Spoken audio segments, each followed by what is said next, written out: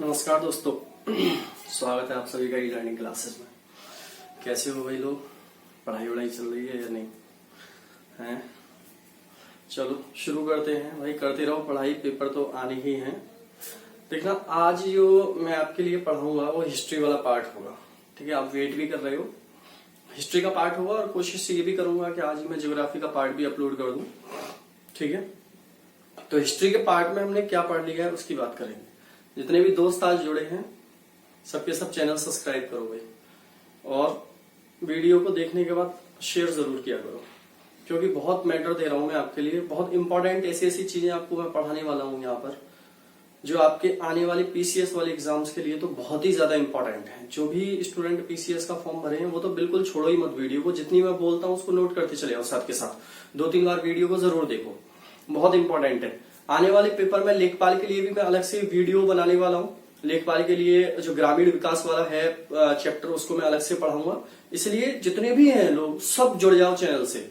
ठीक है, कुछ नहीं बचेगा आपका, मैं सारी चीजों को कराऊंगा। जितने भी आगामी एग्जाम्स आएंगे और उसमें कुछ नया स्पेशल आने वाला है, जैसे एसआई की वैकेंसी कभी आई और आने के बाद उन वैकेंसीज में तो उसमें मूल विधि वाला चैप्टर होता है, वो भी मैं पढ़ाऊंगा आपके लिए। तो पढ़ने की दिक्कत मुझ पर छोड़ दो, सिर्फ आप वीडियो को शेयर करो, ज्यादा से ज्यादा फैलाओ वीडियो को। ठीक है ना, आग लगा दो चारों तरफ। चलो शुरू करते हैं आज का पार्ट। और आज का पार्ट है ऋग्वैदिक का, वैदिक काल से संबंधित। अभी तक देखोगे दोस्तों, मैंने वैदिक काल के अंदर आपको ऋग्वेद के बारे में, ऋग्वेद की आर्थिक, ऋग्वेद की सामाजिक, ऋग्वेद की राजनीतिक और ऋग्वेद की जितनी भी व्यवस्थाएं थी, धार्मिक व्यवस्था से रिलेटेड सारे पॉइंट्स को मैंने क्लियर किया है। ऋग्वैदिक आपका समाप्त हो चुका है। चलो एक बार ही देख लेते हैं सारी चीजों को कि हमने किस तरीके से चीजों को शुरू किया था। देखो, ये हमने जो पढ़ने पढ़ाने की बातचीत शुरू की थी वैदिक संस्कृति में, तो वैदिक संस्कृति के अंदर दोस्तों मैंने आपको टाइम पीरियड बताया था 1500 से लेकर 600 बीसी तक। अब इस वैदिक संस्कृति में मैंने 2 पार्ट्स में इसको डिवाइड किया था। एक पार्ट इसका था ऋग्वैदिक काल, ऋग्वैदिक काल, और दूसरा पार्ट था इसका उत्तर वैदिक काल, उत्तर वैदिक काल, उत्तर वैदिक काल। देखो सभी दोस्त जानते हैं जो मेरी वीडियो शुरुआत से देख रहे हैं कि मैंने ऋग्वैदिक काल का पोर्शन पूरा करा दिया है, जिसका टाइम ड्यूरेशन था 1000 से लेकर 1500 से लेकर 1000 बीसी तक का। अब बात सिर्फ और सिर्फ बची रहेगी हमारी उत्तर वैदिक काल की, और उत्तर वैदिक काल का टाइम पीरियड है 1000 से लेकर 600 बीसी तक। ठीक है, तो ये वाला पोर्शन बचा हुआ है। जो दोस्त आज पहली बार मेरे चैनल से जुड़े हैं, मेरी वीडियोस को देख रहे हैं, तो प्लीज पहले आप ये वाली वीडियोस देखो। पीछे 2-3 पार्ट्स मैंने इसके कराए, 3 या 4 पार्ट में जो भी कराई मैंने वैदिक सभ्यता का एक पोर्शन, उसको जरूर देखो, क्योंकि वैदिक सभ्यता पेपर के हिसाब से बहुत इंपॉर्टेंट पोर्शन है। काफी सारे क्वेश्चन यहां से पेपर में आते हैं। चलो बहुत ज्यादा बातचीत नहीं करते हैं, शुरू करते हैं उत्तर वैदिक काल की। देखो ये दोस्तों, उत्तर वैदिक काल का जो समय रहा है वो 1000 से 600 बीसी रहा है, और इस 1000 से 600 बीसी के अंदर क्या क्या हुआ है उन सारी बातों को हम यहां पर करेंगे।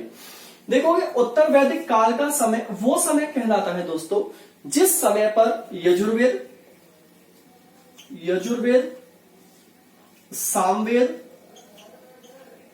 और अथर्ववेद की रचना हुई थी उस टाइम पीरियड को। और इसके अलावा भी है, इसके अलावा देखो किस किस की रचना हुई यहां पर। उपनिषद, यहां पर ब्राह्मण ग्रंथ,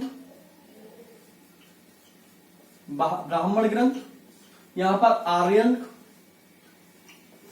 ग्रंथ, यहां पर पुराण। तो इन सारी चीजों की रचना जिस काल में होती है उसी को हम उत्तर वैदिक काल कहते हैं। पहले तो हमें यह समझना होता है कौन से काल को काल क्यों बोला जाता है। ठीक है, कि इसको उत्तर वैदिक काल क्यों बोलते हैं, क्योंकि इनकी रचना इस समय पर हुई थी। यजुर्वेद, सामवेद, अथर्ववेद, उपनिषद, ब्राह्मण ग्रंथ और आर्यन ग्रंथ और पुराण जैसे चीजों की यहां पर रचना हुई है। तो उस टाइम पीरियड को, जिस टाइम पीरियड में ये सारा कुछ हुआ है, उसी को हम क्या बोलते हैं, उत्तर वैदिक काल बोलते हैं। अब देखोगे दोस्तों कि उत्तर वैदिक काल में जब इनकी सबकी रचना हुई, ये सारी चीजें आई, तो इससे पहले हमने क्या पढ़ा था उसको थोड़ा सा रिमाइंड करते हुए आगे इसको बढ़ाते हैं। हमने बोला था कि जो वैदिक सभ्यता आकर बसी थी शुरुआत में, वो सप्त सैंधव प्रदेश में आकर बसी थी। कहां पर आके बसी थी? सप्त सैंधव प्रदेश। और सप्त सैंधव प्रदेश की पहचान हमने आप कहां से बताई थी आपको? पंजाब और पूर्वी अफगानिस्तान से। तो ऋग्वैदिक काल, जो ऋग्वेद जो लिखा गया है 1500 से 1000 के बीच में, वो सप्त सैंधव प्रदेश में लिखा गया है। वहां रचना सप्त सैंधव प्रदेश में हुई है। अब क्या होगा कि यही जो आर्य संस्कृति है, आर्य संस्कृति के जो लोग हैं वो अब सप्त सैंधव प्रदेश से आगे बढ़ेंगे। अब उससे आगे बढ़ेंगे तो ये यहां पर आएंगे कुरुक्षेत्र में। कहां पर आएंगे? कुरुक्षेत्र में। थोड़ी देर देखोगे हम इन चीजों को बिल्कुल मैप के हिसाब से समझने की कोशिश करते हैं। जैसे मैं एक छोटा सा मैप बना लेता हूं, आज आपके सामने एक लाइव मैप बना देता हूं मैं। वैसे तो मैं बना देता हूं पहले ही।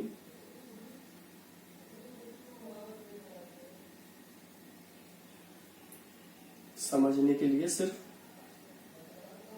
देखो, जैसे मैं पढ़ा रहा हूं ना, बस आप चीजों को रिमाइंड करते चले आओ।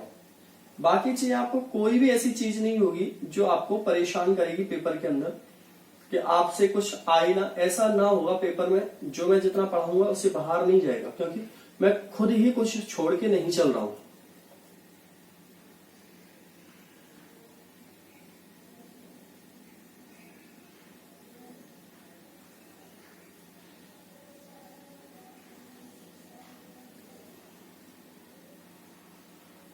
बता देना कहां तक आपको दिख रहा है। चलो, इतना दिख रहा होगा ना? इतना दिख रहा है। चलो बस यहीं तक की बात कर लेते हैं। देखो, मैंने क्या बताया था आपके लिए कि जब ऋग्वैदिक काल की जो रचना हुई है वो सप्त सैंधव प्रदेश, और सप्त सैंधव प्रदेश किसको बोला था हमने? ये पंजाब वाला क्षेत्र, ओके, और पूर्वी अफगानिस्तान वाला क्षेत्र। मतलब ये यहां पर बसे हुए थे ये लोग, यहां पर बसे हुए थे ये लोग। भारत में थोड़ा सा पंजाब के क्षेत्र में थे, ठीक है। वैसे तो ये भारत ही था, लेकिन आपके भारत के अकॉर्डिंग देख रहे हैं। अब क्या होगा, हम उत्तर वैदिक काल में आएंगे तो ये लोग कहां पर आएंगे? कुरुक्षेत्र में आएंगे। कुरुक्षेत्र कहां पर है? हरियाणा वाला। कहां पर है? कुरुक्षेत्र में आएंगे। और कुरुक्षेत्र में आएंगे तो यहीं पर कुरुक्षेत्र में कुछ ग्रंथों की और रचना होगी। कुरुक्षेत्र में आएंगे तो कुछ ग्रंथों की और रचना होगी। वो ग्रंथ में आगे मैं डिस्कस करूंगा आपसे सारी चीजों को। रुको, आगे चलेंगे। अब ये क्या करेंगे, जब और आगे बढ़ेंगे तो और आगे बढ़कर ये यहां पर गंगा, यमुना और गंडक, और गंडक को क्या बोला जाता था? सदानीर या सदानीरा, कुछ भी बोल सकते हो। गंडक नदी को क्या बोलते थे? सदानीर नदी। तो ये गंगा, यमुना और गंडक के क्षेत्र, मतलब ये वाला जो क्षेत्र होगा, ये वाला क्षेत्र पूरा, यही वाला तो होगा, ये वाला, इन क्षेत्रों पर क्या कर लेंगे? अधिकार कर लेंगे अपना। अब इससे आगे बढ़ रहे हैं तो इन्होंने गंगा, यमुना और गंडक के क्षेत्र पर अधिकार कर लिया। इसके अलावा इन्होंने और कहां पर अपना विस्तार किया? ये नीचे की साइड भी जाएंगे, और नीचे की साइड में कहां पर? महाराष्ट्र में एक जगह होती है विदर्भ। कौन सी? विदर्भ। ये शायद नागपुर के आसपास है। विदर्भ क्रिकेट टीम भी आपने सुना होगा। तो विदर्भ के क्षेत्र को भी क्या कर लेंगे? अपने नियंत्रण में ले लेंगे, मतलब वहां तक इनका विस्तार हो जाएगा। विदर्भ तक इनका विस्तार यहां पर हो जाएगा। इसके बाद जब ये विदर्भ से चलेंगे तो और पूरब में बढ़ेंगे, ठीक है भाई। अभी क्या था कि ये यहां पर गंगा यमुना के थोड़े थोड़े से द्वाब के क्षेत्र थे यहाँ। अब ये पूरब में और बढ़ेंगे तो ये पूरब में जाएंगे तो यहां पर राज्य पड़ेंगे कुछ। इनके नाम लिख देता हूं मैं आपसे: कौशल, काशी और विदेह। कौशल, काशी और विदेह। देखो, जब ये और पूरब, आर्य संस्कृति जब पूरब की ओर बढ़ेगी तो कौशल, काशी और विदेह के क्षेत्रों पर भी अधिकार कर लेगी, पूरब की ओर, ठीक है। अब देखो, यहां से क्वेश्चन बार बार इंपॉर्टेंट आता है पेपर में पूछने के लिए। क्या बताइए, अंग और मध्य, अंग और मगध क्या आर्य संस्कृति के क्षेत्र में थे? तो इसका आंसर है नहीं। ना तो अंग प्रदेश, अंग राज्य का नाम था उस टाइम पर। अभी मैं आपको महाजनपद वाला एक टॉपिक पढ़ाऊंगा तो सारे पॉइंट क्लियर होंगे। ये कौशल कहां पर है, काशी कहां पर है, अंग कहां पर है, मगध कहां पर है, ये तो मैप के थ्रू मैं सारी चीजें आपको बताऊंगा। सिर्फ अभी इतना समझ लो जितना बोल रहा हूं। अंग और मगध इसके क्षेत्र में नहीं आते थे, और मगध में जो व्यक्ति रहते थे उनको कहा जाता था ब्रात्य। उनको क्या कहा जाता था? ब्रात्य। मगध में रहने वाले लोगों को क्या बोलते थे ये लोग? ब्रात्य बोलते थे, आर्य संस्कृति के लोगों को। और क्या था कि ये मगध में रहने वाले जो लोग थे ये कौन सी भाषा का प्रयोग करते थे? प्राकृत भाषा का प्रयोग करते थे। कौन सी भाषा बोलते थे? प्राकृत भाषा यहां पर बोलते थे। अब देखो गंगा यमुना गंडक के क्षेत्र पर भी इन्होंने कब्जा कर लिया। दक्षिण में विदेह तक ये अपना विस्तार कर चुके हैं। फिर पूरब में बढ़ी तो कौशल, काशी और विदेह तक इनका विस्तार हो गया है। लेकिन इनका आर्यों का जो मेन सेंटर था, जो मुख्य केंद्र था आर्यों का, वो कौन सा रहा है? वो रहा है मध्य देश। कौन सा रहा है? ये लिख लेना भाई। आर्यों का मेन मुख्य केंद्र कौन था? मध्य देश। अब मध्य देश कौन से पोर्शन को कहा जाता है? सरस्वती से लेकर गंगा के बीच में ये द्वाब का क्षेत्र था। अब देखो सरस्वती कहां से थी? सरस्वती नदी देखोगे आप पूरे के पूरा राजस्थान और ये पूरा कवर किए हुए था। राजस्थान और यूपी में संगम पे आके खत्म हो रही थी, हमने तो नहीं देखी है।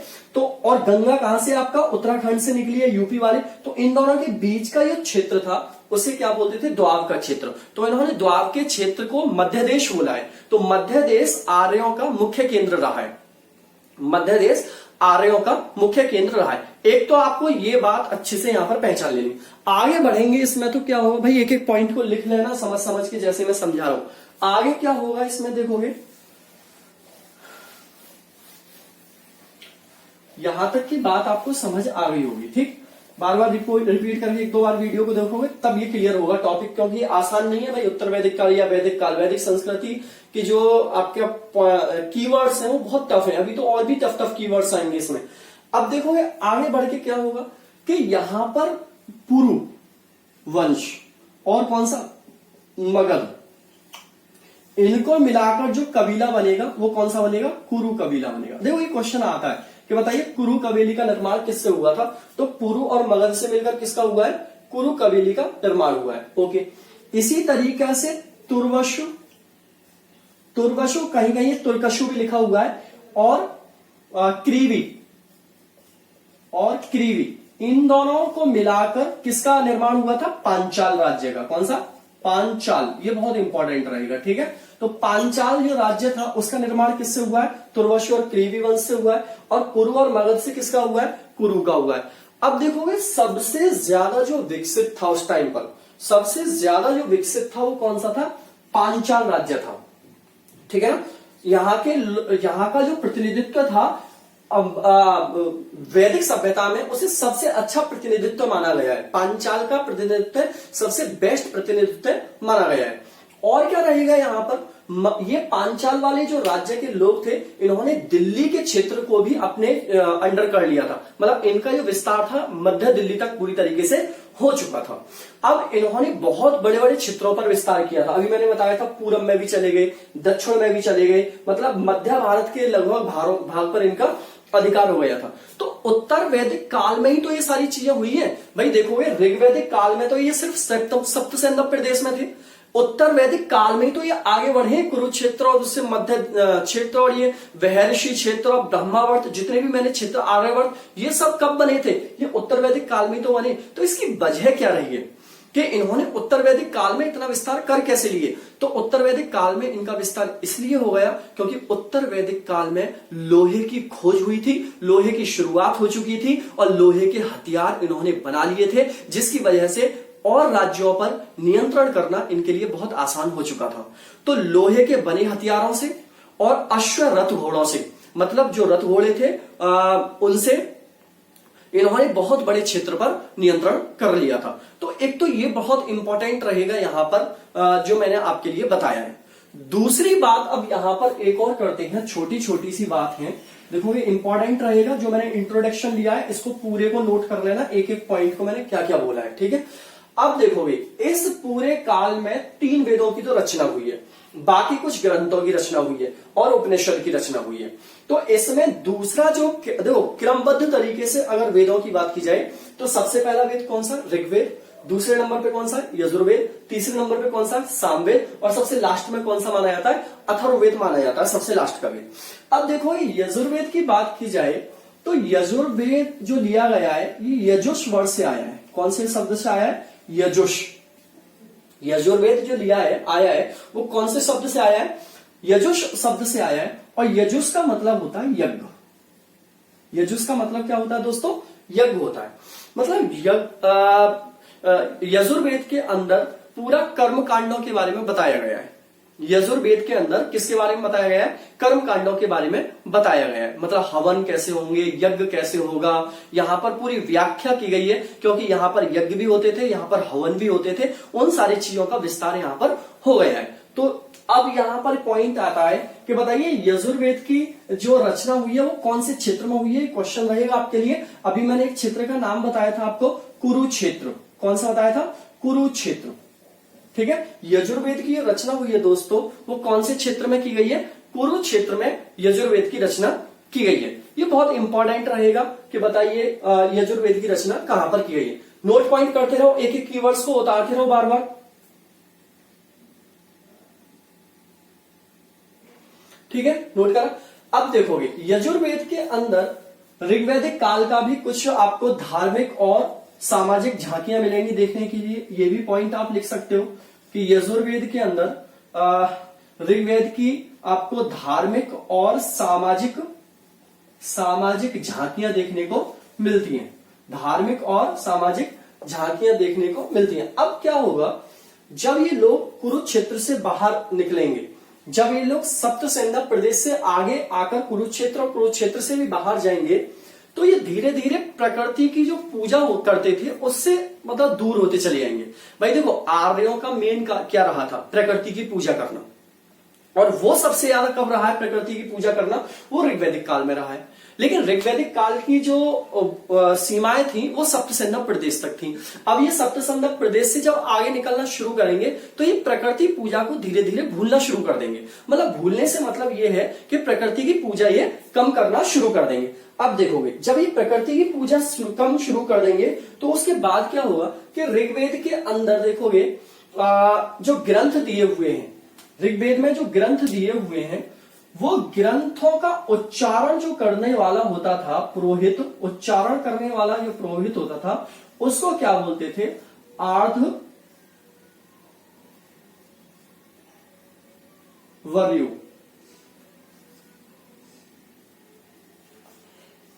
आर्धवर्य, ठीक है ना, उसको क्या बोलते थे? आर्धवर्य बोलते थे।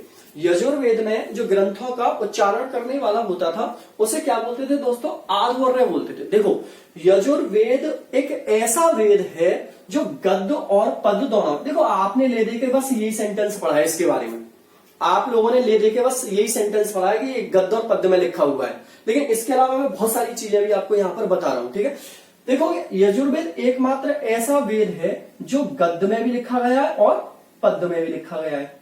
ठीक है, किसमें? गद्य और पद्य में लिखा गया है। अब देखो बहुत सारे दोस्तों को ये भी कंफ्यूजन होता है गद्य पद्य किसे कहते हैं। तो देखो पद्य जो होता है वो राइम्स में होता है, मतलब मंत्र के रूप में होता है। एक तरीके से कहा जाए तो कविता के रूप में होता है। जैसे कोई मंत्र पढ़ते हो तो आप ऐसे तो पढ़ोगे नहीं, ऐसे कहानी पढ़ रहे हो, मंत्र को एक राइम में पढ़ा जाता है। जबकि गद्य जो होता है ये कहानी के रूप में होता है। तो यहां पर आपको गद्य और पद्य दोनों के रूप में मिलेगा ये, ठीक है, देखने के लिए यजुर्वेद में। और क्या रहेगा यहां पर कि यजुर्वेद का जो अंतिम उपनिषद है, यजुर्वेद के अंदर जो अंतिम उपनिषद दिया हुआ है दोस्तों, उसका नाम है ईशावास्य। क्या नाम है? ईशावास्य। ठीक है ना। अब ईशावास्य इस उपनिषद का मतलब क्या था? इसमें क्या दिया था? आध्यात्मिक चिंतन, आध्यात्मिक चिंतन की इसमें बात की गई है कि भाई आप आध्यात्मिक चिंतन की अगर बात करना चाहते हो तो किसमें करोगे? उपनिषद ईशावास्य में करोगे। इसके अलावा देखोगे यजुर्वेद दो शाखाओं में डिवाइड था, दो भागों में डिवाइड हुआ था। यजुर्वेद दो भागों में बटा हुआ था। एक का नाम था यहां पर शुक्ल यजुर्वेद, शुक्ल यजुर्वेद, और एक का नाम था यहां पर कृष्ण यजुर्वेद। देखो ये पार्ट बिल्कुल इंटरेस्टेड नहीं है, ये बात ध्यान रखना, पढ़ते रहे हो। अगर आपको कुछ लगे कि इसमें कुछ मजा आने वाला है तो मजा नहीं आने वाला है, लेकिन पेपर की एग्जाम और पॉइंट से इतना इंपॉर्टेंट है कि क्वेश्चन आता ही आता है। क्योंकि जो चीज हमें पढ़ने में मजा नहीं आती है पेपर में वही सब आता है, और जो चीज हमें पढ़ने में मजा आता है वही पेपर में नहीं आता है, इसलिए हमारा नंबर भी नहीं आता है। ठीक है, तो पढ़ाई को ठीक है, जो पढ़ने में आपको मजा आ रहा है उसके अलावा जिसे नहीं आ रहा उसे जरूर पढ़ो, क्योंकि पेपर वाला वही पूछने वाला है। तो इसका मैं बता रहा हूं कि यजुर्वेद को दो भागों में यहाँ पर डिवाइड किया गया है, एक तो शुक्ल यजुर्वेद और कृष्ण यजुर्वेद। अब देखो इनका भी क्या मीन्स है। ये शुक्ल यजुर्वेद वाले कौन से आर्य होते थे? जो उत्तर भारत में रहते थे वो तो शुक्ल यजुर्वेद से संबंधित थे, भाग से, इसके पार्ट से। और जो यहां पर रहते थे दक्षिण में, वो कौन से पार्ट से संबंधित थे? कृष्ण यजुर्वेद से संबंधित थे। इसी तरीके से देखोगे कि शुक्ल यजुर्वेद भी दो भागों में बटा हुआ था। एक भाग का नाम क्या था? माध्यान्ह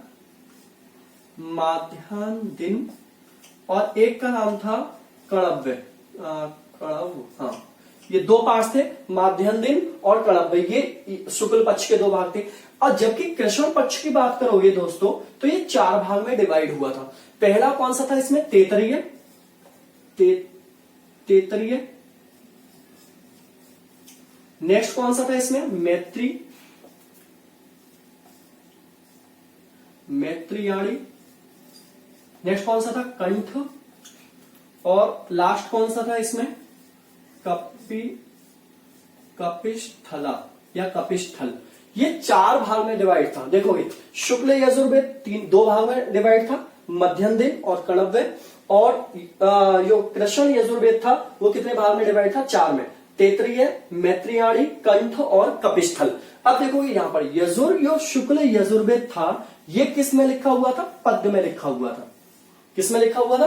पद में लिखा हुआ था, ठीक है, मतलब राइम में लिखा हुआ था। और जबकि शुक्ल ये था यजुर्वेद, ये गद्य और पद दोनों में लिखा था। गद्य और पद दोनों में लिखा था। अच्छा, एक क्वेश्चन और आ सकता है यहां से छोटा सा, कि बताइए, जैसे मैंने आपको यजुर्वेद का मतलब बताया था यजुष, कि यजुष वर्ड से लिया गया है। तो यजुष जो है यहां पर, इसका मतलब गद्य से होता है। यजुष का मतलब किससे होता है? यहां पर गद्य से होता है। तो देखोगे कि यजुर्वेद इस तरीके से दो तीन भागों में यहां पर बटा हुआ था। अब देखो, ये मैंने क्या बोला था कि यजुर्वेद के बारे में बहुत इंपॉर्टेंट बात यह है कि इसे कर्म कांडों का वेद कहा जाता है, इसे यज्ञ का वेद कहा जाता है। इसमें यज्ञ की, कर्म कांडों की, हवन के बारे में व्याख्या की गई है। ये पॉइंट्स आ सकते हैं पेपर में। और दूसरी इंपॉर्टेंट बात, यहां पर देखोगे यजुर्वेद में 6 उपनिषद की भी बात की गई है। यजुर्वेद के जो 6 उपनिषद हैं उनके नाम लिख लोगे। नंबर 1 श्वेतर, नंबर 1 श्वेता श्वेतर। Number 2 Brihadaranyaka. Number 3 Isha. Number 4 Prashna. Number 5 Mundaka. और नंबर 6 मांडुक्य। ठीक है, ये क्या है? यजुर्वेद के 6 उपनिषद हैं।